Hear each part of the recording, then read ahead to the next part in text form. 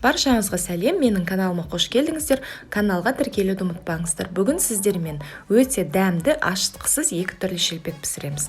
Алдымен сары шелпегіміздің қамырын елеп аламыз. Ыдысқа жылы суды, жылы сүтті және бөлме температурасындағы тұрған қаймақты қосамыз. Қаймақ 15-20% бола береді. Сосын тұзымызды, қантымызды салып, ерігенше араластырамыз да, сосын електен өткізілген ұнымызды қосамыз. Ұнды қосқаннан кейін барып қана үстінен қопсытқышымызды саламыз да қамырымызды елейміз. Қамыр бастапқыда жұмсақтау, қолға жабысқақтау болады. Кішкене ұнды себіңкіреп елеп жібересіздер. Қамырымызды жарты сағатқа демалдыруға қоямыз. Қамыр демалғасын аламыз да 7 бөлшекке бөліп аламыз. Сосын әр бөлікті күлшелеп дайындап аламыз. Азғантай ұнды сеуіп, қамырымызды чұқалап жайып шығамыз.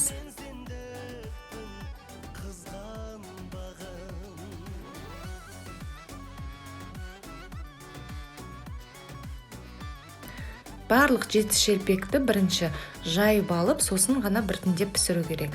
Себебі бір жайып алғаннан кейін тұрған қамыр демалып, майға салған кезде жақсы көтерілетін болады. Шелпектерімізді дайындап алғасын қызған майға салып, әр бетін шамамен 1 минуттан қызарғанша, сарғайғанша пісіріп аламыз.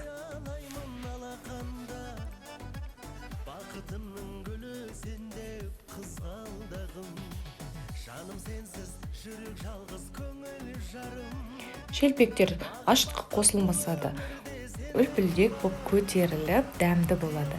Және де өте нәзік болады. Міндетті түрде осылай жасап көріңіздер. Және де бұл қамырдан жасалынған бауырсақтарда өте дәмді болады. Айта кетерім, бұл қамырдан бауырсақтар жасасаңыздар, бауырсақты кішірек қылып жасаңыздар.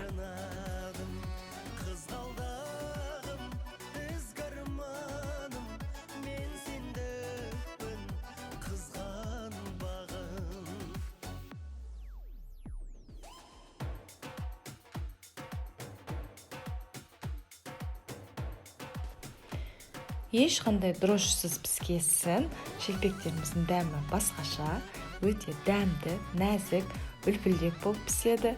Және де бұл шелпектерді пісіріп көргесін, дрожж қосылған шелпектерді пісіруді ұмытатын боласыз. Міндетті түрде жасап көріңіздер, рецепт ұнаса үлпілдеріңізді аямаңыздар. Ал енді біз екінші шелпегімізді әзірлейміз. Ол үшін бізге қайнаған ыстық қайнақ су керек. Үстіне тұзды саламыз және кішкене сұйық майды құйып, тұзы ерігенше жақсылап араластырып аламыз да, алдын ала дайындап қойған електен өткізілген ұнымыздың үстіне құйып, қамырымызды елейміз. Қамырды елейтін кезде абайлаңыздар, қолдарыңыз күйіп қалмасын, себебі суы ыстық.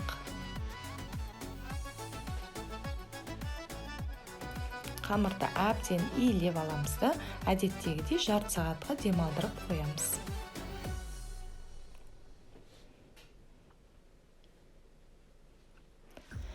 Жарты сағат демалған қамырымызды аламыз, тағы да бір елеп шығамыз да, 7 бөлшекке бөліп шығамыз.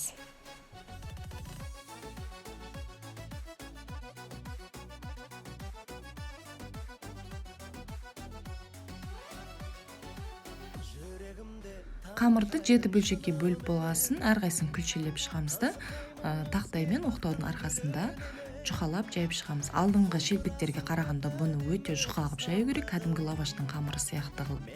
Және де бұл шелпектерді жайғанда ұнның қажеті керек болмайды, себебі тақтайға да, оқтауға да, қолға да жабыспайды. Жайылған шелпектерімізді алып, қызған майға салып, әр бетін шамамен 25 секундтан ғана пісіріп аламыз. Қатты қызартудың, сарғайтудың қажеті жоқ, себебі қызарған сайын шелпектеріміз кебіңкіреп, қытырлақтау болып қалады.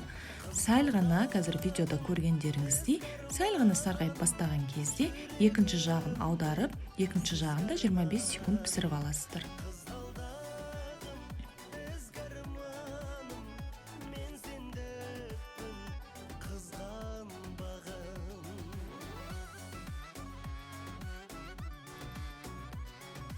Бұл әдіспен иленген шелпектер, піскен шелпектер басқаша болады, дәмі де ерекше, өте дәмді және де өте жұмсақ, нәзік болып піседі. Міндетті түрде жасап көріңіздер, қыздар. Барлықтарыңыздың көңілдеріңізден шығады деп ойлаймын. Баршаңызға сәттілік.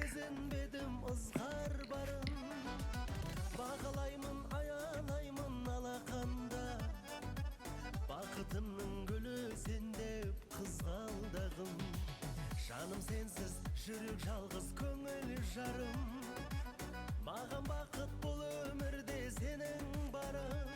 Рецепт ұнаса лүпіл басып, каналға тіркеліп, қоңырауды басуды ұмытпаңыздар. Сіздермен бірге болған мен, Рахатай.